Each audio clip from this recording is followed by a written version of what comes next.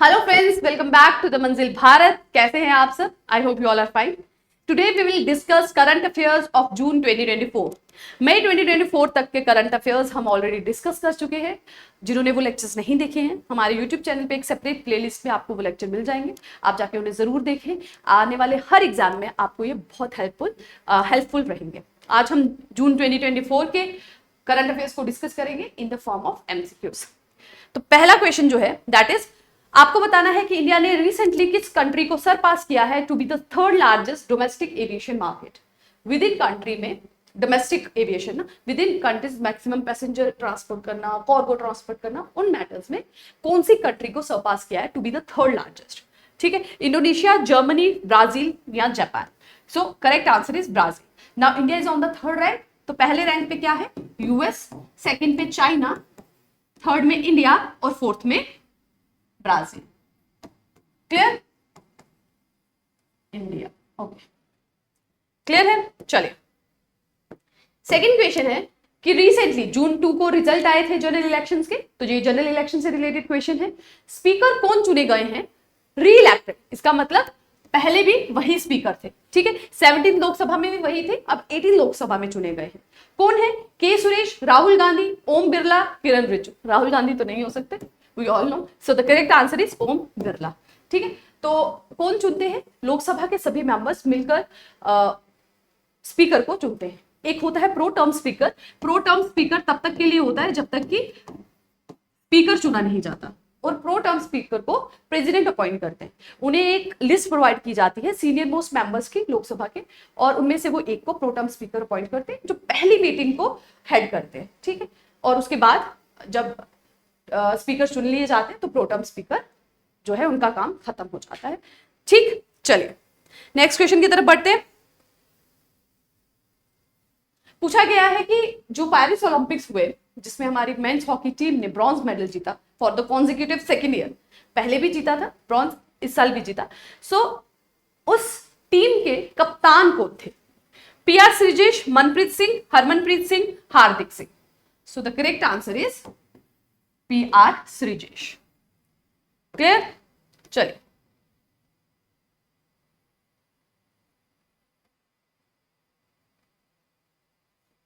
Sorry, it's not PR Sreejesh, it is Harmanpreet Singh. Harmanpreet Singh, PR Sreejesh नहीं है, हरमनप्रीत सिंह है। क्लियर? चलिए, नेक्स्ट क्वेश्चन पूछ रहे हैं कि इंटरनेशनल सोलर अलायंस के 100 मेंबर रिसेंटली कौन बने हैं?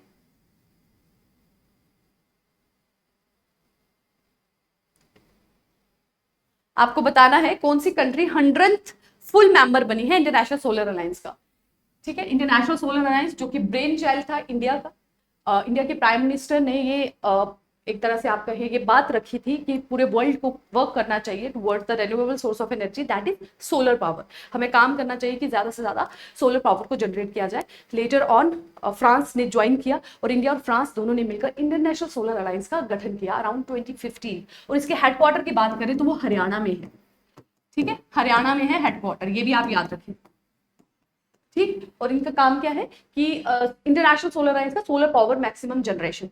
पहले सिर्फ ट्रॉपिक ऑफ कैंसर पे जो कंट्रीज पड़ती थी वही इन्वॉल्व होती थी इसकी मेंबरशिप में, but now Tropic of Capricorn के भी इंक्लूडेड हैं। सही, तो 100th मेंबर कौन बना है? स्पेन, पैराग्वाय, इंडिया या फ्रांस? तो इंडिया तो ब्रेन चाइल्ड है, फ्रांस ने मिलकर ये बनाया है, तो ये दोनों तो पहले ही एलिमिनेट हो जाते। So the correct answer is Paraguay. ठीक है, पैराग्वाय। सो ISA was co-founded by India and France during 2015, जो मैंने आपको बता दिया है। ठीक है, पेरिस में, और पैराग्वाय इसके बने हैं 100th मेंबर। ठीक, वेरी वेरी इंपॉर्टेंट। चलिए, नेक्स्ट क्वेश्चन पूछ रहे हैं विकीलीक्स के फाउंडर कौन है? ये रिसेंटली न्यूज में रहे क्योंकि इनके जो फाउंडर थे उन्हें अरेस्ट कर लिया गया था और उनको अभी बेल में वो रिहा हुए हैं। और विकीलीक्स क्या है? विकीपीडिया की तरह आपको सुनने में लगता है। विकीलीक्स है एक NGO है, नॉन फंडेड ऑर्गेनाइजेशन है, नॉन गवर्नमेंट ऑर्गेनाइजेशन है। ये काम करती है जो भी डेटा होता है, ऑफिशियल डेटा होता है, लेकिन रिगार्डिंग द, आप एक तरह से विसल ब्लोअर की तरह काम करते हैं, उसको लीक करते हैं।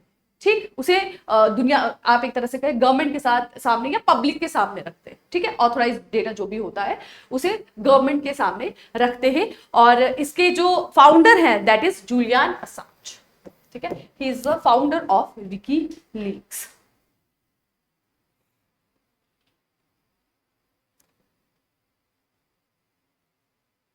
Okay, next, who was appointed as the leader of opposition in the 18th Lok Sabha.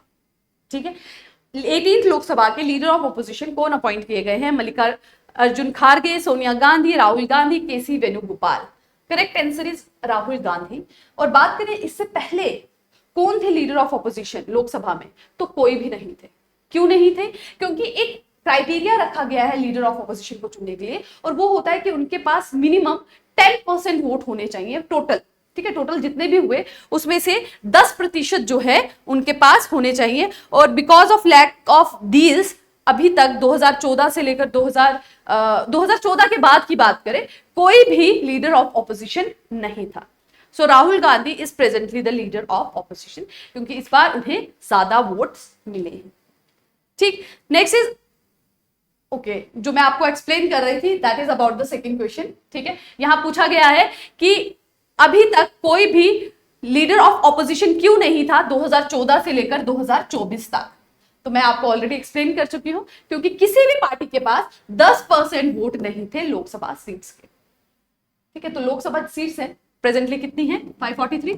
तो इसका जो 10% है कि कम से कम 54 सीट्स जो है ना मिनिमम, वो अगर जिस पार्टी के पास आएगी उसी का लीडर ऑफ ऑपोजिशन बनेगा। लेकिन 2014 से 2024 तक ऐसी कोई भी सिंगल पार्टी नहीं थी। कोलिशन नहीं होना चाहिए। आप सरकार बना सकते हैं कोलिशन मिली जुली, लेकिन ऑपोजिशन में अगर लीडर बनना है तो सिंगल पार्टी का ही होना चाहिए।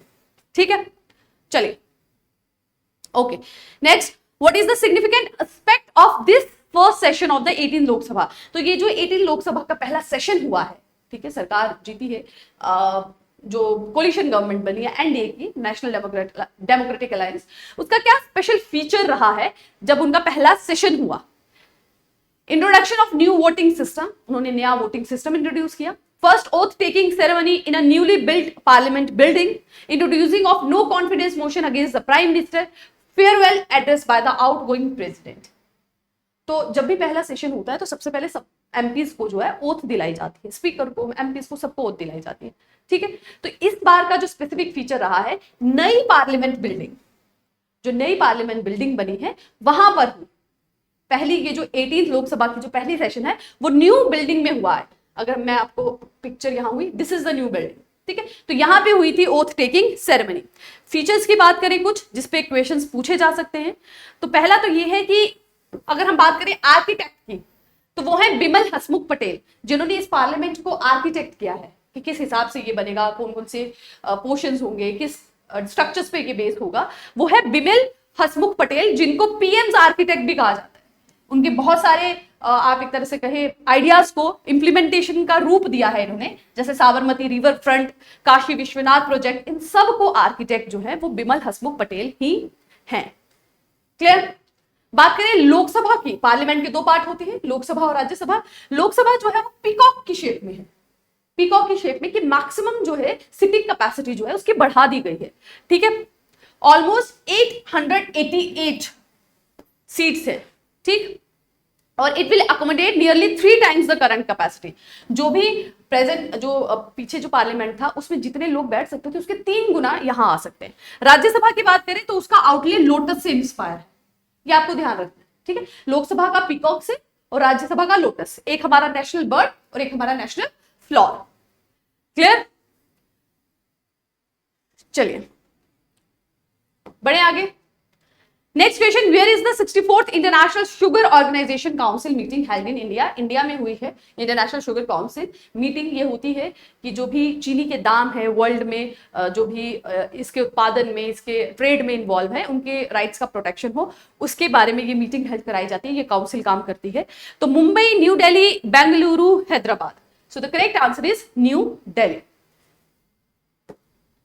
अब पूछ रहे हैं, अब देखिए इसी तरह से आपको न्यूज को पढ़ना होता है।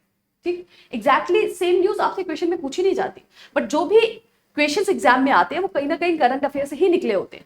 अब जैसे यहां बात हो रही है कि इंटरनेशनल शुगर काउंसिल की मीटिंग हुई, तो जरूरी नहीं है कि आपको पूछे कि किस दिन मीटिंग हुई, कहाँ मीटिंग हुई, बट क्योंकि ये न्यूज में रहा तो मे भी आपसे पूछ सकते हैं कि देश का सबसे बड़ा या वर्ल्ड का सबसे बड़ा चीनी का उत्पादक कौन है, कंज्यूमर कौन है। ठीक है, तो यहां वही पूछा गया है कि country which country is the largest consumer and second largest producer of sugar. ठीक, तो इंडिया है, first largest producer is Brazil और second largest is India. Consumer सबसे बड़ा है और प्रोड्यूसर सेकंड है। Who was removed from the position of Director General of the National Testing Agency in June 2024? NTA बहुत न्यूज में रहा जून के दौरान में। नीट एग्जाम जो हुआ वहां पर अनफेयर मीन्स का यूज किया गया, उसे फिर आप एक तरह से कहें थोड़ा से जो बच्चों का एग्जाम्स जो है, जिनके मार्क्स जो है बड़े अनइक्वल से आए, उनको फिर सुप्रीम कोर्ट में केस बैठा, तो बहुत ज्यादा जो है नीट का एग्जाम जो कि एनटीए कंडक्ट कराती है वो न्यूज में रहा। तो उसी से रिलेटेड ये क्वेश्चन है कि एनटीए जो नेशनल टेस्टिंग एजेंसी है उसके डायरेक्टर जनरल को उनके पद से हटा दिया गया, वो कौन थे? प्रदीप सिंह खरोले, सुबोध कुमार सिंह, डॉक्टर के राधाकृष्णन या doctor Randeep Guleria. So the correct answer is Subodh Kumar Singh. इनकी जगह प्रदीप सिंह खरोला को, जो कि chairman and MD of Indian trade promotion है, उन्हें एडिशनल चार्ज दिया गया एनटीए का। क्लियर?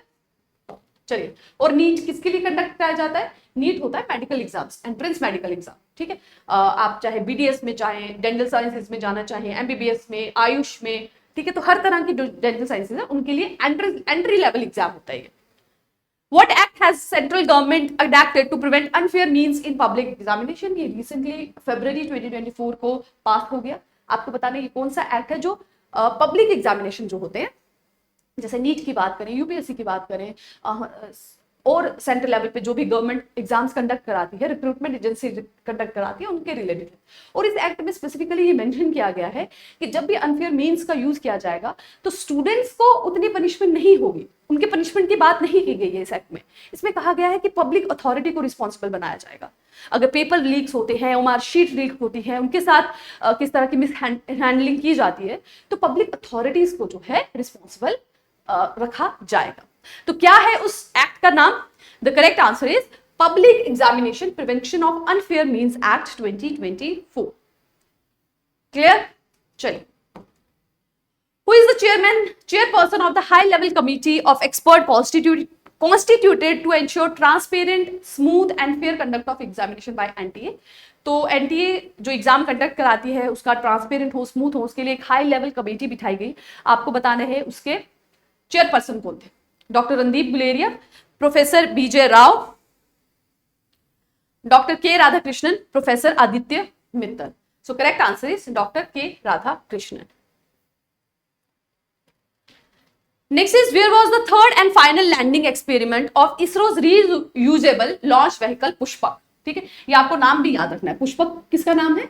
हमारे launch vehicle, reusable launch vehicle, मतलब ये ऐसा लॉन्च व्हीकल है जो रॉकेट्स को लॉन्च करने के लिए यूज होता है, लेकिन इसको मल्टीपल टाइम्स यूज कर सकते हैं, तो इकोनॉमिक है। ठीक है, तो बार बार इसे यूज कर सकते हैं, एक बार लॉन्च करके ये वेस्ट नहीं होता। इसका नाम है पुष्पक और रिसेंटली इसका जो थर्ड और फाइनल लैंडिंग हुआ वो कहां हुआ? श्रीहरिकोटा आंध्र प्रदेश में, aeronautical test range Chitradurga Karnataka में, विक्रम साराभाई स्पेस सेंटर केरला में, या Indian institute of science Bangalore में। So the correct answer is B. ठीक है, तो aeronautical test range Chitradurga Karnataka में इसका फाइनल लैंडिंग एक्सपेरिमेंट हुआ। Who chairs the meeting of Goods and Service Tax Council? तो जीएसटी काउंसिल की मीटिंग हुई थी जून मंथ में, तो इसे कौन प्रिजाइड करते हैं ये आपको बताना है। President, prime minister, union finance minister, governor of the RBI. Very important, क्योंकि रिसेंटली जेकेएसएसबी भी क्वेश्चंस पूछ रहा है, ऑर्गेनाइजेशन पे, उनकी मीटिंग्स पे, सुपरवाइजर में भी पूछा गया था, तो आप इन्हें इग्नोर नहीं कर सकते। ठीक है, तो जीएसटी की मीटिंग को कौन हेड करता है? प्रेसिडेंट नहीं करते, प्राइम मिनिस्टर नहीं करते, it is presided by the union finance minister. Easily आप याद रख सकते हैं, टैक्सेस की बात हो रही है तो फाइनेंस मिनिस्टर। ठीक, चलिए, how many tax slabs are currently recommended by GST council? तो हमारे जीएसटी काउंसिल ने कितनी टैक्स स्लैब्स रेकमेंड किया है? ठीक है, होता है ना 5% की, 15% की, 18% की।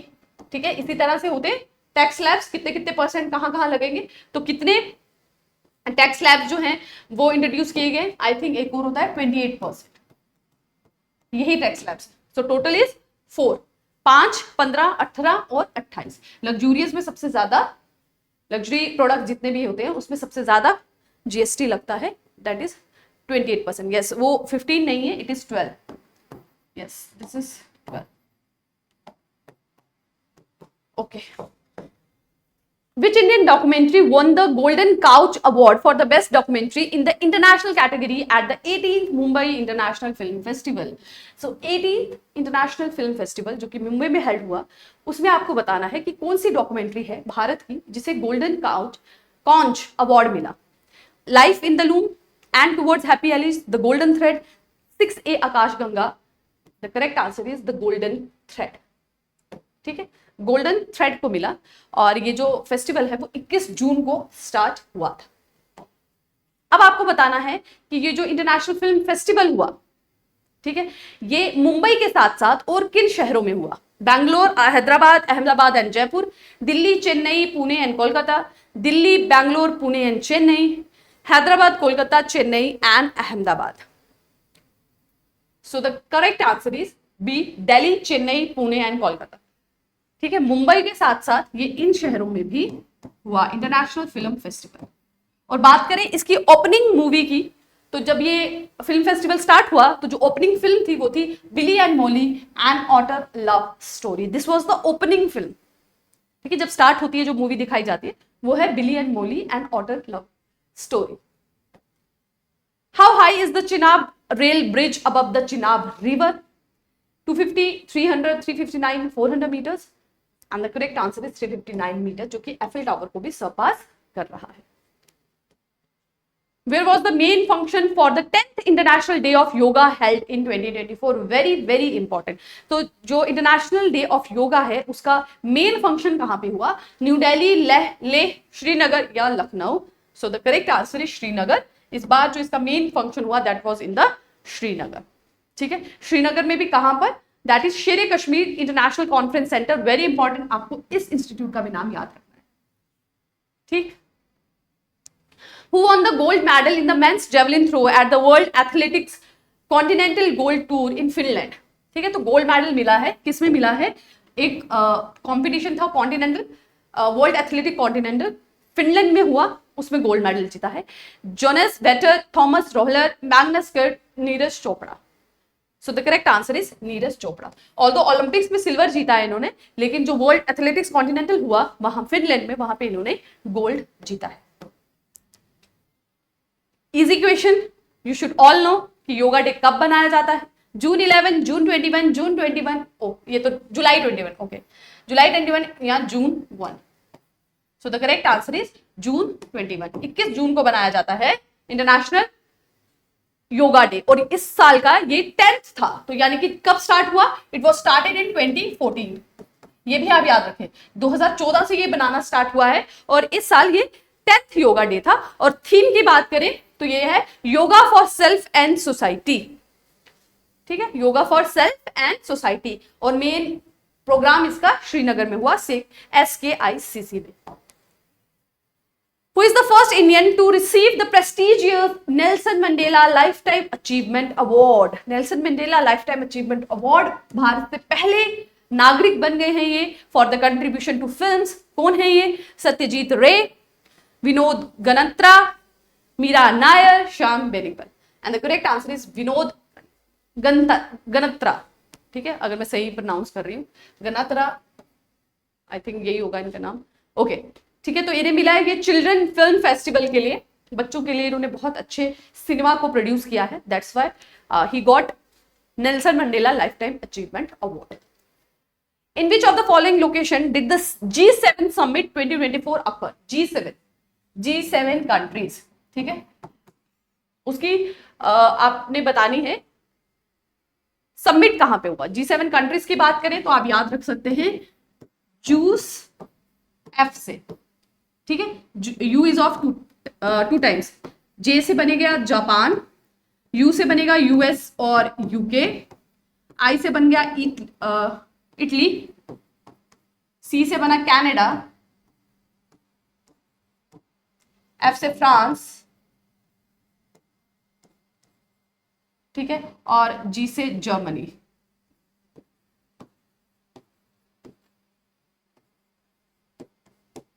ठीक है, So these are the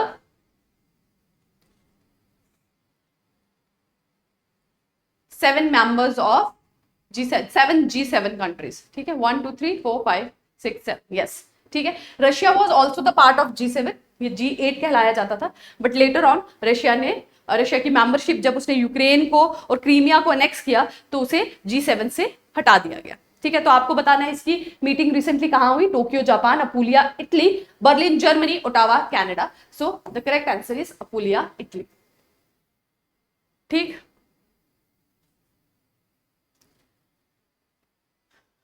okay. सो 1997 में it was part of G7, लेकिन 2014 में उन्हें हटा दिया गया जब रशिया ने क्रीमिया को और यूक्रेन को नेक्स्ट किया. 1973 से G7 इज इन एग्जिस्टेंस. ठीक, US, Britain, Canada, France, Germany, Italy and Japan. Clear? चलिए, who has been reappointed as the national security advisor in the Narendra Modi led NDA government? Rajiv Gauba, Amit Shah, Ajit Doval, S. Jaishankar. So the correct answer is Ajit Doval. Who has been elected as the first women president of Mexico? Mexico की पहली women प्रधानमंत्री कौन चुनी गई हैं? The correct answer is Claudia Sheinbaum. Claudia Sheinbaum है Mexico की पहली women president. Which Lok Sabha seat set a record for the highest vote secured by Nota? Nota is none of the above. ये भी एक ऑप्शन होता है. अगर आप लोगों ने वोट्स दिए हैं तो जरूर इसे नोटिस किया होगा अपनी वोटिंग मशीन में. नोटा भी एक बटन होता है, सबसे लास्ट में होता है, जिसे आप प्रेस कर सकते हैं अगर आपको कोई भी कैंडिडेट, कोई भी पार्टी अप्रोप्रिएट नहीं लगती है. तो कौन सी सीट ने मैक्सिमम रिकॉर्ड दिया है कि वहां से मैक्सिमम वोटर ने नोटा को दबाया? Mumbai south, Indore, Bangalore north, Delhi central. Correct answer is Indore. Indore से मैक्सिमम जो है नोटा, आप एक तरह से कहें नोटा को वोट दिए गए. Who became the first to fly to space abroad? The Boeing Starliner's first ever crewed mission in June 2024. ये Boeing Starliner बहुत न्यूज में रहा है क्योंकि कुछ प्रॉब्लम्स आने की वजह से जो भी इस पे क्रू मेंबर्स गए थे वो वापस नहीं आ पाए. ऑलरेडी ऑल्दो इनको जाना था ऑलमोस्ट 7 to 8 डेज के लिए स्पेस पे, लेकिन अब ऑलमोस्ट 3 to 4 मंथ्स हो चुके हैं और ये कहा जा रहा है कि फरवरी 2025 से वो पहले वापस नहीं आएंगे. उनका जो है स्पेस में स्टे वो बहुत लंबा हो गया है. ठीक है, सो ये जो बोइंग स्टारलाइनर्स है उसका पहला एवर क्रू मिशन था. क्रू की लोगों को लेके जाना है स्पेस में ताकि स्पेस में एक्सपेरिमेंटेशन हो पाए. ठीक, तो आपको बताना है कौन कौन है वो. Neil Armstrong, Sunita Williams, Buzz Aldrin, Rakesh Sharma, Chris Hadfield and Kalpana Chawla, Sunita Williams and Butch Wilmore. And correct answer is Sunita Williams and Butch Wilmore. ठीक है, बहुत लंबा इनका स्टे स्पेस में हो गया और इसकी वजह से बहुत प्रॉब्लम इनको फेस करनी पड़ रही है क्योंकि बॉडी जो है ग्रेविटी के, जब ग्रेविटी नहीं रहती है ना तो बहुत अलग तरह से रिएक्ट करती है. ठीक है, आप एक तरह से कहें आपका बीपी, ब्लड, ये सब में चेंजेस आने लगते हैं. जो बोन्स है बहुत फ्रेजाइल हो जाती हैं. ठीक है, हिमोलाइसिस स्टार्ट हो जाता है. तो बहुत सारी प्रॉब्लम्स इनको हेल्थ वाइज देखनी पड़ रही है और रेडिएशन एक्सपोजर, रेडिएशन बहुत ज्यादा एक्सपोजर इनको फेस करना पड़ रहा है. When do we celebrate World Environment Day? June 1, April 22, June 5, September 21, तो जून 5. और अगर थीम की बात करें तो थीम रहा है इस साल का land restoration, desertification and drought resilience. Land restoration की जो लैंड खराब हो रहा है उसे दोबारा से रेस्टोर करना, जो भी रेगिस्तान बन रहा है उसे रिड्यूस करना, साथ ही ड्रॉट रेजिलियंस की जो सूखा पड़ रहा है उसे हटाना, रेजिलियंट बनना उसके अगेंस्ट. ठीक है, और अगर बात करें कि ये कब स्टार्ट हुआ, 1973 से ये हर साल मनाया जाता है. क्लियर? चलिए, last question of today session is what is the international space station. जो हम बात कर रहे थे क्रू मेंबर्स की, उन क्रू मेंबर्स को स्पेस पे भेजा जाता है. नासा का ही मिशन है, वो स्पेस पे भेजते हैं. वहां पर इंटरनेशनल सोलर स्पेस स्टेशन है. ठीक है, वहां पर ये लोग रहते हैं और जो भी इनका टाइम पीरियड रहता है रहने का 7 days 8 days, उसके बाद ये वहां एक्सपेरिमेंटेशन करके वापस आते हैं. आपको बताना ये ISS क्या है. Lunar base established by NASA, a collaborative spacecraft orbiting Earth used for scientific research and international cooperation, a Mars rover developed by ESA, a space tourism station run by private companies. So correct answer है कि ये collaborative spacecraft है. ये एक space craft है जो अकेले NASA ने नहीं बनाया है, ये जो वर्ल्ड की 5 मेन स्पेस एजेंसीज है उन्होंने मिलकर इसे स्टैब्लिश किया। और मकसद है कि यहाँ से साइंटिस्ट भेजे जाते हैं, एस्ट्रोनॉट्स भेजे जाते हैं, वो वहां जाके साइंटिफिक एक्सपेरिमेंट्स करते हैं, स्पेस को और एक्सप्लोर करते हैं।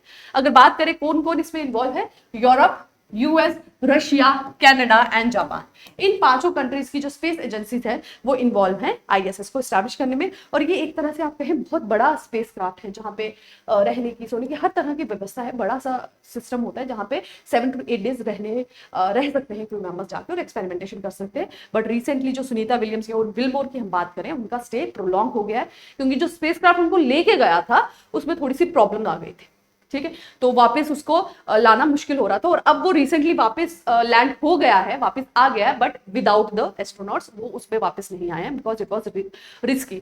अब दोबारा से एक स्पेसक्राफ्ट भेजा जाएगा और तब, और ये बात की जा रही है कि 2025 में ही तक ही वो वापस आ सकते हैं। Till then they need to be stay at space only. So that is it for today's session. इसके साथ हमारे जो आज हमने डिस्कस किए around 30 questions regarding June current affairs वो कंप्लीट होते हैं। नेक्स्ट वीडियो लेक्चर में जो कुछ रिमेनिंग टॉपिक्स रह गए हैं वो भी हम डिस्कस करेंगे और इसके साथ हमारे जून के करंट अफेयर्स भी कंप्लीट हो जाएंगे। So that is it for today's lecture. Thank you very much, take care, thank you.